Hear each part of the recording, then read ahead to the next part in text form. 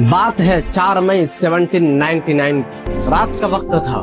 श्रीरंगापट्टनम का किला जो कई सालों से ब्रिटिश एम्पायर की नींदों में आता था, वो आज टूट रहा था। बाहर 3 ब्रिटिश आर्मी, 3 कमांडर्स और 5000 सिपाही खड़ी थी, और अंदर एक अकेला आदमी जो जख्मी और चारों तरफ से घिरा हुआ था। लेकिन वो भागा नहीं। ब्रिटिश जनरल डेविड, जो खुद कई साल पहले टीपू सुल्तान का कैदी रह चुका था, उस रात अपनी तरफ से एक चीज नहीं बोलना चाहता था, लेकिन उसने बोला, और जो उसने कहा वो ब्रिटिश एम्पायर की हिस्ट्री की किताबों में छुपा दिया गया। उसने कहा था, God help the man who comes between him and the death. तो आज का सवाल ये नहीं है कि टीपू सुल्तान कौन था, आज का सवाल ये है कि ब्रिटिश एम्पायर जो उस वक्त दुनिया की सबसे ताकतवर सल्तनत थी, एक आदमी से इतना डरती क्यों थी। और ये डर उस आदमी के मरने के बाद भी खत्म नहीं हुआ। आखिर क्यों? चलिए जानते हैं इस वीडियो में।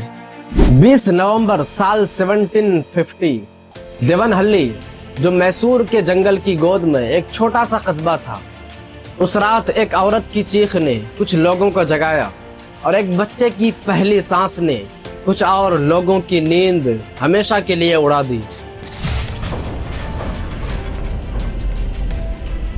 वो बच्चा फतेह अली खान यानी टीपू सुल्तान था। उसका बाप हैदर अली अभी तक एक आम सिपाही था। न कोई खिताब, न कोई टाइटल, न कोई विरासत, बस एक ख्वाब कि मैसूर की ये छोटी सी रियासत एक दिन एक एम्पायर बनेगी और ये बच्चा उसका हथियार होगा। लेकिन हैदर अली के पास एक चीज थी जो बहुत से अमीर लोगों के पास नहीं थी। वो ऑब्जर्व करता था फ्रांसीसी सिपाहियों को, उनकी फॉर्मेशंस को, उनकी डिसिप्लिन को, और फिर हैदर अली वही करता था मैसूर के जंगल में अपने सिपाहियों के साथ। टीपू सुल्तान ये सब देख रहा था अपनी छोटी आंखों से और सीख रहा था। रुको रुको, क्या हुआ भाई? यार ये तो सिर्फ एक अमीर घर का बच्चा था, बाकी भी तो राजा के बेटे थे, औरंगजेब का बेटा, अकबर का बेटा, उन्हें भी तो सब मिलता था, ट्रेनिंग, वेपन्स, एवरीथिंग। आखिर टीपू सुल्तान में अलग क्या था? बिल्कुल सही सवाल, और इसका जवाब एक रात में छुपा हुआ है। साल 1764, टीपू सुल्तान 13 या 14 साल का था। उस रात ब्रिटिश फौज ने हैदर अली की आर्मी को एक आरजी शिकस्त दी। उस रात टीपू सुल्तान ने अपने बाप को, उस महान आदमी को देखा, पाँव में जख्म, आंखों में खून और हाथ में सिर्फ एक खंजर। फिर भी वो पहाड़ की तरह मजबूत खड़ा था। टीपू सुल्तान ने खुद को रोने नहीं दिया, और उस रात नींद भी उससे दूर रही।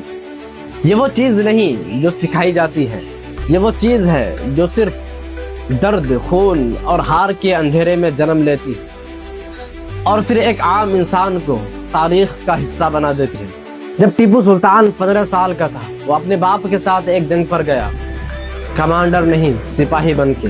जब हैदर अली ने अपने बेटे से पूछा, क्या तुम्हें डर लगा? टीपू सुल्तान ने जवाब दिया, और यह जवाब आज भी मैसूर के रिकॉर्ड में मौजूद है। टीपू सुल्तान ने कहा था, अब्बा, शेर कभी घबराता नहीं। साल 1767, टीपू सुल्तान 17 साल का था।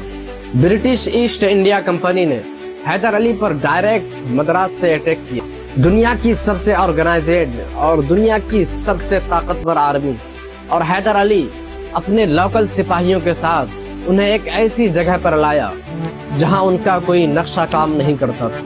ब्रिटिश इतने परेशान हुए कि पहली बार किसी इंडियन रूलर से पीस एग्रीमेंट किया। टीपू सुल्तान ने यह सब देखा, और यह सबक हमेशा के लिए उसके दिमाग में उतर गया कि तुम ब्रिटिश को ओपन फील्ड में हरा नहीं सकते, उन्हें हराने के लिए अपने मैदान में लाना होगा।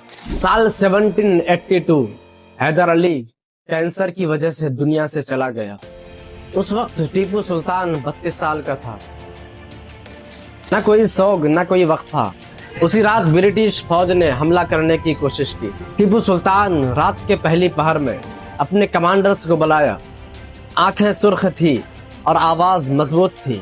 टीपू सुल्तान ने सिर्फ इतना कहा कि सुबह से पहले मुझे उनका झंडा चाहिए, और सुबह ब्रिटिश झंडा उसके हाथ में था। टीपू सुल्तान अब मैसूर का सुल्तान बन चुका था और ब्रिटिश ईस्ट इंडिया कंपनी के लंदन हेडक्वार्टर में पहली बार एक नाम लिया गया। यह हैदर अली का बेटा है। एक दूसरे बंदे ने टोका और कहा, नहीं, ये टीपू सुल्तान है और ये एक शेर की तरह है। ये वो लम्हा था जब ब्रिटिश एम्पायर ने पहली बार एक हिंदुस्तानी हुक्मरान को खतरा समझा, लेकिन अभी तक उन्हें ये मालूम नहीं था कि टीपू सुल्तान पहले ही उनसे कई कदम आगे सोच रहा है, और वो सोच रहा था रॉकेट्स के बारे में। लेकिन ये तो सिर्फ शुरुआत थी। चैप्टर 2 में वो सब कुछ जो टीपू सुल्तान ने बनाया, वो सब कुछ जो टीपू सुल्तान ने सोचा, जो नासा से पहले था, जो न्यूटन से पहले था, वो सब आपको सीधा आंखों में आंखें डाल के बताऊंगा। तो चैप्टर 2 के लिए कमेंट करें tiger of Mysore and subscribe for chapter 2। Thanks for watching.